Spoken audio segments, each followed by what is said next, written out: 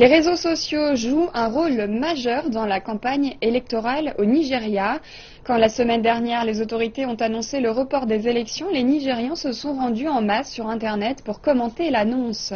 Et comme nous allons le voir, les deux principaux candidats à l'élection présidentielle ont bien compris tout l'intérêt qu'ils pouvaient tirer d'Internet. Les deux favoris de la présidentielle nigérienne ne font pas seulement campagne dans la rue, mais aussi à travers les réseaux sociaux. Ils ciblent les quelques 70 millions de Nigérians qui ont accès à Internet et dont la majorité sont actifs sur les réseaux sociaux. Pour comprendre de quelle manière les jeunes Nigérians en âge de voter s'intéressent à la politique, il suffit de se rendre sur les réseaux sociaux. Par exemple, quelques minutes après l'annonce du report de l'élection, les Nigérians sont allés sur Twitter et les autres réseaux sociaux pour faire connaître leur opinion. Japete Omojuwa est l'un d'entre eux. Pour lui, les réseaux sociaux sont en train de redéfinir la notion de campagne électorale.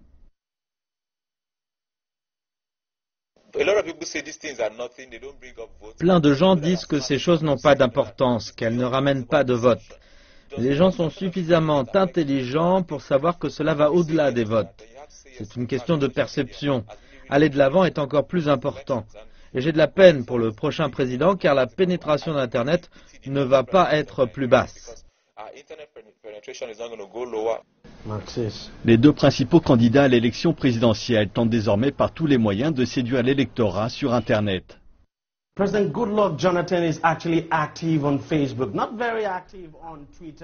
président Goodluck Jonathan est actif sur Facebook, mais pas sur Twitter.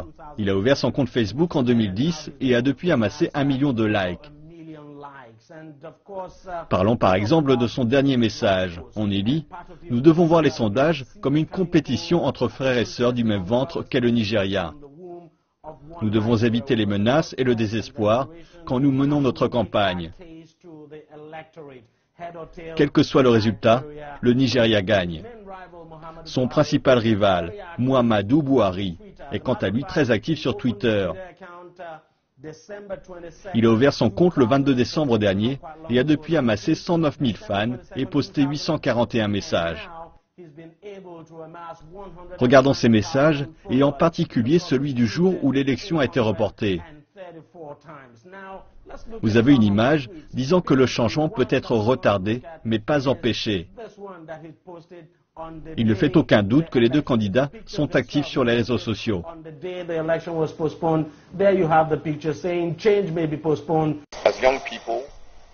En tant que jeunes et partisans du président, plusieurs d'entre nous font en sorte d'être constamment capables, au nom du président, de discuter de notre compréhension de ses politiques et de ses succès.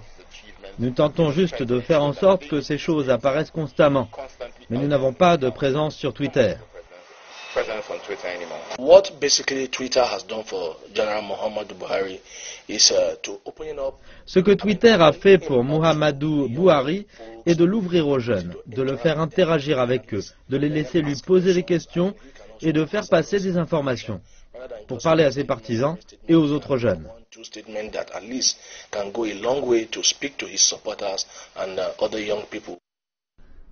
Mais cette présence sur les réseaux sociaux est encore balbutiante. Les deux candidats sont venus sur le tard. Ils n'ont probablement vu que récemment l'essence et le besoin des réseaux sociaux. S'ils avaient été dessus depuis plus longtemps, ils feraient beaucoup mieux. S'il est à l'heure actuelle très difficile de déterminer les répercussions des réseaux sociaux sur le résultat des élections, une chose est sûre, c'est que le rôle des réseaux sociaux va devenir central dans les campagnes électorales à venir.